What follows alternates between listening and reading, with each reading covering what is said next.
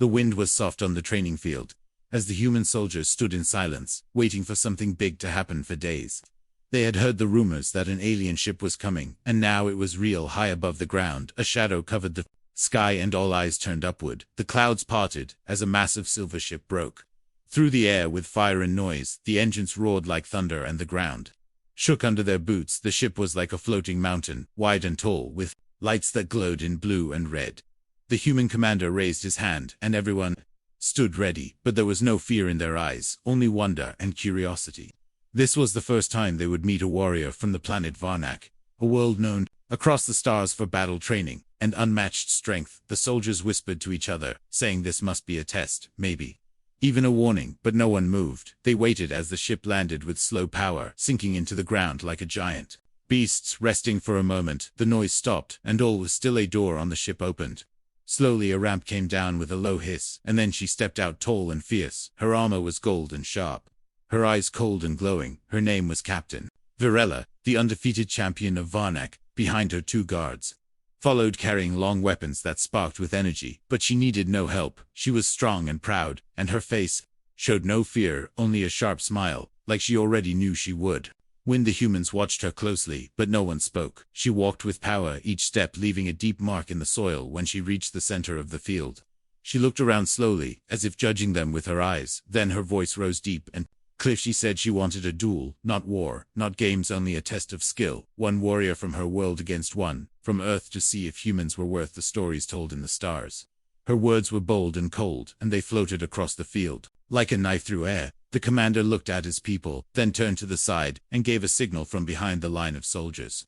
A man walked forward, not tall, not heavy, just quiet, his eyes calm, and his arms relaxed. He carried no gun, no sword, only 2 wooden sticks hanging by a chain. The soldiers knew him as Sergeant Kane, quiet and strange, but skilled in ways most could not understand. He had trained in silence for years, and now he stepped into the ring. Virella looked at him, and then laughed, her voice loud and sharp like metal hitting stone. She pointed at the nunchucks and called them a toy, not a weapon, not even a tool, just something for children. She asked if Earth had nothing better to offer than a man with sticks. The soldiers said nothing, but their faces grew tight. They knew Kane was no joke. Kane bowed low and did not speak. He just looked at her with quiet eyes. The wind picked up again, and the flags round the field danced in the air. The moment felt heavy, like the sky itself was holding its breath. Virella raised her hand, and her guards stepped back. The duel would begin in moments, and both sides knew that this was not just a fight. This was a message to the stars, a show of what humans could do when pushed. Crowds circled around, silent and tense. The other alien guests stood to the side, watching with interest. They had seen many duels before, but never against a human. This was new. This was something to remember. The sun broke through the clouds and shone down on the ring. The dust glowed in the light, and the ground seemed to hum. Virella took her stance, firm and proud. Her armor clicked into place, and her eyes locked on Kane. She told him this would be quick and easy, and that he should not take it personal. Kane did not reply. He just held his nunchucks in both hands and began to move, slow at first, then faster, the sticks spinning in circles, the chains singing in the air. The sound of the spinning filled the space like music, strange and sharp and wild. The soldiers leaned forward, some holding their breath. The alien guests whispered to each other. Virella raised one eyebrow, not laughing now, but still smiling. She had never seen this before, but she still believed it was a game. The commander stepped back, raised his arm, then dropped it. The signal was clear. The duel had begun. The sound of the chain spinning still echoed in the air, as Kane stood with his feet firm on the ground. His body moved like water, flowing without break, smooth and steady. His eyes never left Virella, who now stood still and watched him with a new kind of interest. Her smile was still there, but it was not wide anymore. It was tight and thin, and her fingers curled around the shaft of her spear, with more force than before. Her pride would not let her feel fear, but she did feel something strange, something she had not felt in a long time. Virella was a champion on her planet. She had won every duel, every fight, every challenge for 10 long years. She had trained in the highest towers of Varnak. She had battled beasts with teeth like swords and claws like steel. She had beaten warriors twice her size and had never once been scratched. Her armor was made from the shells of the fire crawlers of Zenth, a creature known to break through stone walls. Her helmet could stop plasma shots. Her spear could cut through metal, and still she had never needed them much. Her enemies always fell before they touched her. But now she was facing a human one, who held no sword, no gun, no shield, only 2 pieces of wood tied together with a chain. She had laughed because the idea was foolish. She had come here to prove a point, to show that Earth was still young and soft, that its people had strength, but no skill that they needed to see what true warriors looked like. But now she was not so sure. The way the human moved, the way he breathed, the way he did not look away. It reminded her of something old, something hidden inside her. She stepped forward. Slowly, the ground crunching under her boots, her eyes locked onto Kane. Her voice rang out again, bold and sharp. She told him this was his last chance to step down, to admit he was not ready to face her, to walk away with his bones unbroken. Kane did not answer. He simply began to move again, his arms spinning the nunchucks faster than before. The wind around him stirred, and the dust began to rise, small clouds forming at his feet. Varela raised her spear and took her stance, 1 foot forward, 1 behind, spear pointed straight at the human, her body lined up like a wall of steel. She waited for him to attack, but he did not. He only watched and spun, and waited too. The silence was heavy. The crowd felt it too. No one spoke, no one moved. They were standing between two storms, waiting to see which one would strike first. With a cry that echoed across the field, Varela charged forward, her boots dug into the ground, her armor flashing in the sunlight. Her spear came down with force like a hammer, meant to break boulders, but Kane was gone. He moved sideways, fast and smooth, like a shadow slipping between cracks.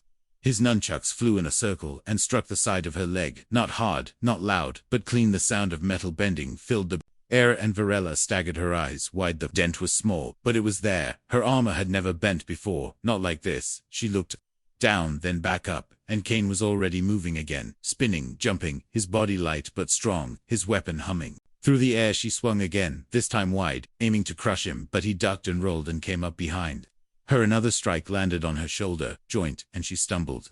Again, this was not what she had planned. She had thought this would be quick, a single move to end it, but now she was fighting for balance, fighting for breath, and still the human said nothing. His face calm, his movements careful, his strikes placed like they were made by a master sculptor, shaping stone. The crowd began to whisper. Some soldiers looked at each other, their faces full of shock. Others simply watched, their eyes wide, their hands tight. Some of the alien guests began to record the fight, their eyes glowing with interest. They had never seen a duel like this one before. Varela stepped back and raised her spear again. Now her grip was tighter, her arms tense. She no longer moved with pride, but with caution. Her breathing was louder, her eyes sharper. She knew now that this was no toy, and this was no game. The human was not here to win with power, but with purpose and precision. She shouted and charged again. Her spear moved like lightning, fast and bright, aiming for Kane's side, but he spun and leaped, and the tip missed by inches. His weapon flew once more, this time striking her chest, where 2 plates of armor met, and they cracked. A piece of her armor fell to the ground, silent and slow, like a leaf in the wind. The pride of the Varnak warrior was cracking, just like her armor, and for the first time in many years she felt the thrill of real danger, and deep inside something else, to something that felt like respect. The air grew heavier with each passing moment, as the sound of cracking armor echoed across the training field, and the eyes of every soldier and alien were fixed on the 2 figures in the ring.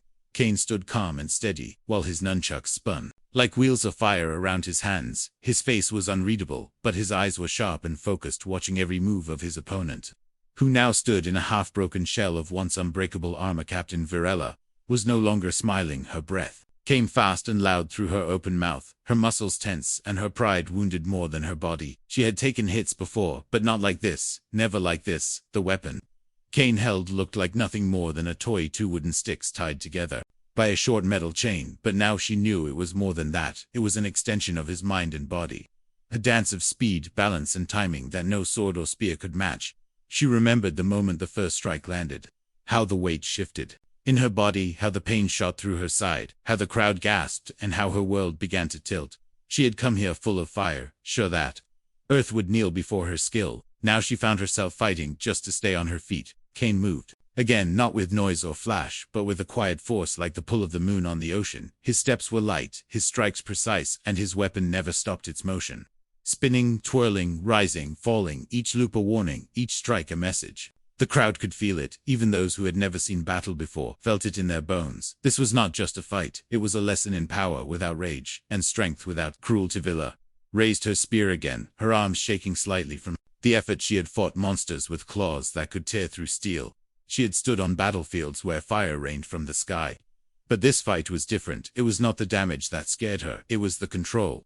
The way Kane moved, With no waste, no fear, no anger, just focus and skill and purpose. With a loud cry she lunged forward, her spear aimed at his chest, trying to end it in one clean move, but Cain turned his body with ease, letting the spear pass by his side. He struck again, this time at her elbow, the joint bent, and her arm dropped. The spear clattered to the ground, and the sound was louder than thunder in that quiet field. She tried to reach for it, but Cain was already there. His nunchucks hit her thigh, then her shoulder, then her side, each hit faster than the last, each one pushing her back and back until she stumbled and fell to one knee. The crowd gasped again. Some of the soldiers took a step forward, but the commander raised his hand, keeping them in place. Varela looked up at Cain, her eyes burning with something deeper than anger. Her voice was hoarse, as she asked him why he fought with such a weapon. Why not use something stronger, something sharper, something more modern? Cain looked at her for a long moment, then answered in a voice calm as the sea. He said that the weapon did not matter. It was the one who held it that made the difference.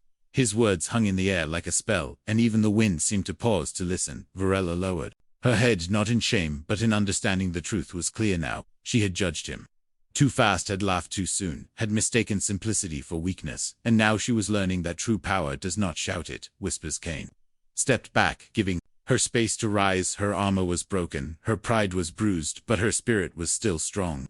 She stood slowly and gave a small nod of respect, not just to Cain, but to the lesson she had just learned. She did not reach for her weapon, she did not raise her fists, she only stood tall, and still ready to continue, but now with different eyes. The nunchucks stopped spinning, and Cain held them still, his breath steady, his body relaxed, yet alert. The field remained silent. No one cheered, no one moved. It was as if the whole world was waiting to see what would happen next. Would they fight again? Would Varela surrender? Would the story end here?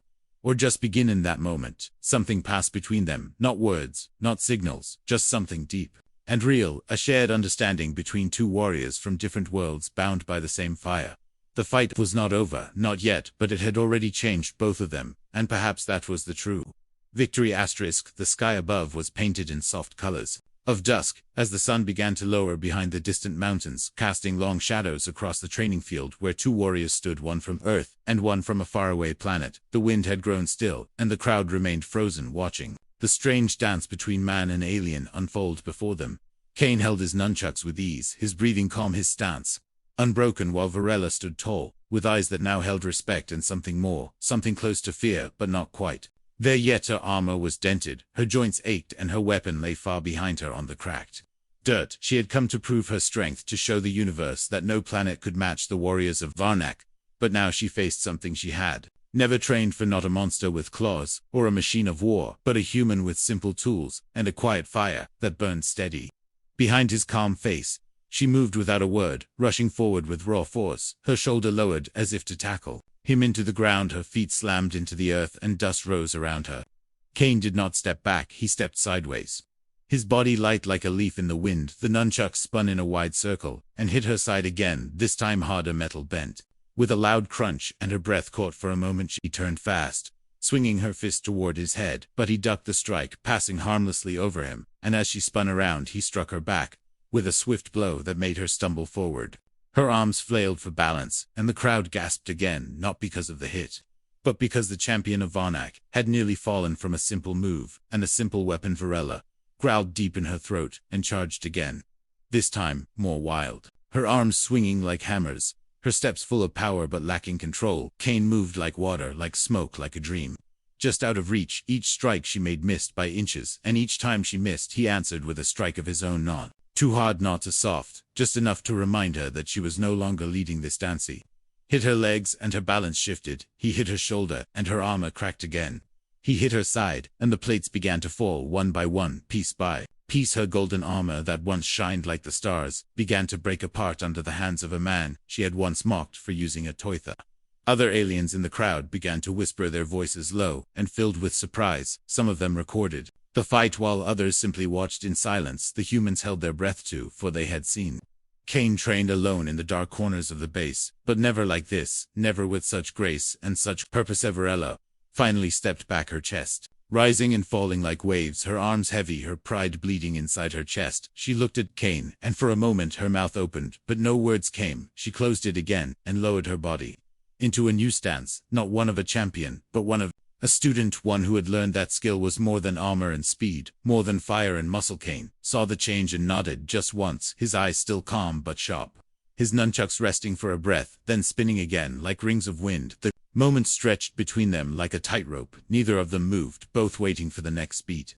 The next breath, the next step, and then Varela smiled, not out of pride, not out of arrogance, but out of understanding, and maybe even joy, for she had finally found a fight that mattered, not a show, not a display, but a real test, a battle that would leave her changed no matter the outcome. She moved again, but not with rage. Her steps were steady, her arms sure. She did not try to crush, she tried to connect, to see if she could meet Kane in his world, a world of flow and timing and rhythm. The crowd watched as they moved together, now not as enemies, but as two waves crashing and parting again, and again they struck, they dodged, they spun, and shifted the air around them thick with dust and energy. Their bodies moved to a rhythm only they understood, and in those moments nothing else existed, not the past, not the future, only now, only this fight, and the silence that carried every step. And strike like music each time Kane hit her, she smiled wider each time she landed a touch on him. He nodded slightly, and they kept going. The duel had turned, the tide had shifted, and what began as a challenge had become something more, a story that would live beyond this day, beyond this field, beyond these two warriors, who now moved like echoes of the same force. Turning point had come not with a scream or a fall, but with respect, with motion, with shared fire, and from that point on, the battle was no longer about winning, it was about truth. The wind had picked up again, brushing across the training ground, as if the air itself was trying to cool the fire burning between the two warriors. Varela stood with her armor hanging loose, the golden plates bent and cracked. Her once perfect suit now looked like the ruins of a lost statue.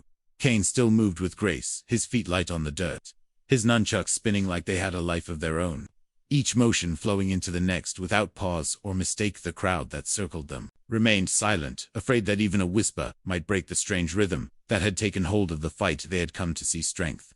They had come to see power, but now they saw something else, something rare, something quiet and beautiful. The art of balance between two fighters who no longer hated but respected, who no longer fought to win, but to reveal what was hidden inside them both. Varela knew she was losing. Pieces of her armor had fallen like autumn leaves, soft and slow. Her pride had taken more hits than her body, and yet she stood tall, not because she believed she could win, but because she would not leave without giving everything she had left. Her spear still lay far behind her, forgotten and useless in a battle where speed and precision beat brute strength and heavy swings. She stepped forward once more, her muscles aching, her breath short but steady. She raised her fists, bare now, exposed and vulnerable, yet stronger than before, because this time she was not trying to crush, she was trying to reach, trying to meet Kane in the space between chaos and control. Kane saw it in her eyes, the shift, the change, and he responded with silence. His nunchuck slowed just for a breath, then spun faster, the sound slicing the air like a whisper of thunder. He moved toward her, his body a wave of momentum, every step leading to the next, every strike timed like a heartbeat. She ducked under the first strike, dodged the second, blocked the third with her forearm, but the fourth hit her shoulder and she staggered back. Kane did not stop. He spun around and came low, his weapon catching her leg, and she dropped to one knee, her knee hitting the ground with a loud crack that echoed in the bones of everyone watching. The commander of the human troops flinched just slightly, but said nothing. The other alien leaders leaned in closer, some holding their breath, some already knowing what was coming next. Varela tried to rise, her hands shaking, her vision blurred by sweat and dust. But Kane was already moving, his weapon circled her like a storm, hitting again and again, but never with hate, always with purpose. Her chest, her back, her arms all felt the strikes, and her armor fell away like feathers caught in the wind. Her helmet finally cracked and fell to the ground. Her face, now fully seen, showed no anger, only a quiet fire that burned even brighter than before. She looked at Kane with eyes that once saw a weak opponent, now filled with the light of realization and truth. She rose to her feet, barely, her legs trembling, her chest heaving. She knew she had no chance left, but still she stood, because warriors do not fall without honor, because even in defeat there is glory, if one has given their all. Kane paused, his weapon still. For the first time since the duel began, he looked at her and gave a small nod, a gesture of deep respect, of silent thanks for the battle they had shared. The crowd erupted, not with cheers but with stunned awe. They had not seen a defeat, they had seen a rise, a lesson, a moment where strength was not shown in muscle, but in the courage to learn and the power to adapt. Varela dropped to her knees, not from pain but from peace. Her hands rested on the ground, her eyes looking up at the sky that now burned orange and red. As the sun dipped lower, she had come to show Earth its place. Instead, she had been shown her own. Kitten stepped back slowly, his nunchucks falling to his sides, his body relaxed, his face soft. He had not wanted to break her only to show her that greatness lives in every corner of the universe, even in places once thought small. The silence grew deep again as the dust settled, and the wind moved through the broken pieces of armor, scattered across the field like fallen stars. Varela closed her eyes and smiled, not a smile of pride, but of freedom, of understanding that sometimes the fall is not the end, but the beginning of something far more powerful. The field was quiet as the dust slowly settled, and the broken pieces of golden armor lay scattered like forgotten relics from a lost age. Varela remained on her knees. Her body bruised, her spirit cracked, but not shattered. Her eyes looked up, not with anger, not with shame, but with a strange calm that had not been there before. She had fought with everything she had, and she had lost, but the loss did not feel empty. It did not taste like failure. It tasted like truth. Kane stood just a few steps away, his weapon still in his hands, though no longer spinning. His arms relaxed, his eyes watching her with the same quiet strength he had shown from the start. The fight was over, not because someone had won, but because something had changed. The duel had ended, the lesson had been given. And now only silence remained to carry its weight. The crowd began to stir. The soldiers whispered to each other. The alien guests lowered their recording devices and looked at one another, their faces full of surprise and respect. No one had expected this outcome. No one had thought that a simple human, with no armor, no blade, no blaster, could face a champion of Varnock and bring her to her knees. Not with rage, not with fire, but with rhythm, grace, and heart. Varela reached out and picked up a small piece of her broken armor. It was sharp at the edge, cracked from the strike that had ended the fight. She turned it over in her hand, feeling its weight, its cold touch, and something inside her shifted, something deep and old. She had trained her whole life to be a weapon, a symbol of power, but now she saw that power was not always loud. It was not always heavy. Sometimes it came like a whisper, sometimes it came in wooden sticks moved by hands that had learned patience and control. She stood, slowly, her legs unsteady, her body weak but her heart strong. She took a deep breath and stepped toward Kane, her hands open, her voice low and clear as she asked the question that had been burning inside her since the first blow landed. She asked him how he had done it, how he had beaten her, how a toy had broken what no sword or cannon ever could. Kane looked at her for a long moment, then placed his weapon down on the ground with great care. He said that the weapon did not matter, that strength was not in the tool, but in the one who wielded it. He said he had trained not to destroy, but to understand, not to strike first, but to listen, and that every motion, every breath, every step, was a part of something greater than just battle. His words were simple, but they hit harder than any strike. They filled the space between them with meaning, with light, with something that could not be seen but only felt. Varela nodded slowly, her head bowed, not in defeat but in honor, in respect for a man who had shown her the edge of her world and helped her see beyond it. She turned to the crowd and raised her voice loud and strong. She told them that Earth had warriors, not just of muscle, but of mind, that its people were not to be judged by their weapons, but by their will, and that Kane had given her a gift greater than any victory, the gift of understanding, the gift of growth. The soldiers erupted in cheers, not wild but steady, like the beat of a drum, slow and deep. The alien guests joined them, some clapping, some bowing, some simply standing with wide eyes as they watched a new story unfold, a story they would carry back to their own stars to tell and retell for years to come.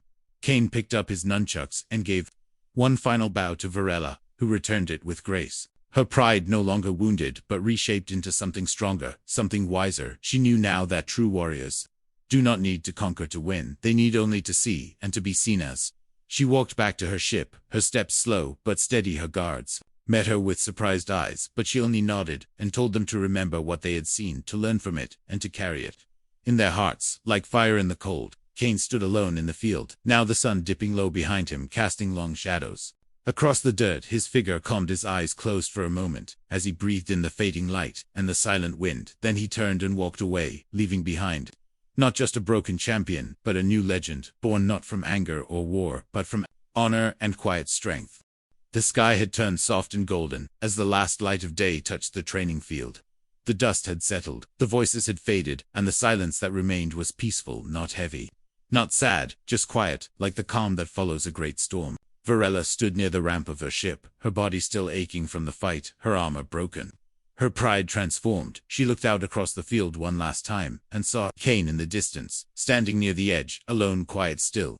He had not stayed to take praise, he had not stood in the center to be lifted by cheers. He had stepped away just as he had arrived, silent, focused, calm, his weapon at his side, his face unreadable but peaceful, like the ocean after the waves have passed through. turned to her guards and spoke with a voice they had never heard before, softer, slower, filled with something real. She told them to store the broken pieces of her armor, not for repair but as a reminder. She told them to write down everything they had seen, every move, every word, every moment, not for reports, not for pride, but for learning, for growth, for truth. Inside her ship, she sat alone and opened a channel to her home world.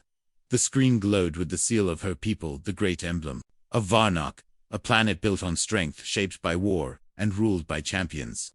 She spoke not like a warrior, not like a leader, but like a witness, like a student, like one who had seen something rare. She told them of Earth, not of its weapons, not of its ships, not of its armies, but of a single man with a wooden tool and the heart of a master. She told them of his silence, of his patience, of his speed and precision, and how every strike taught her more than 100 battles ever had. She said Earth should not be measured by size or steel, but by spirit and skill, by courage and control. Her message spread fast across the stars, reaching generals, scholars, trainers, and young warriors who had once seen Earth as a lesser world. Now they saw it as something different, not greater, not smaller, but worthy, not because of its power, but because of its people. Back on Earth, Kane walked through the quiet halls of the base, nodding to the few soldiers who met his gaze, his footsteps soft, his hands loose. By his sides the nunchucks now resting in their case in the training room, where he had spent countless hours, alone, moving, spinning, practicing again and again.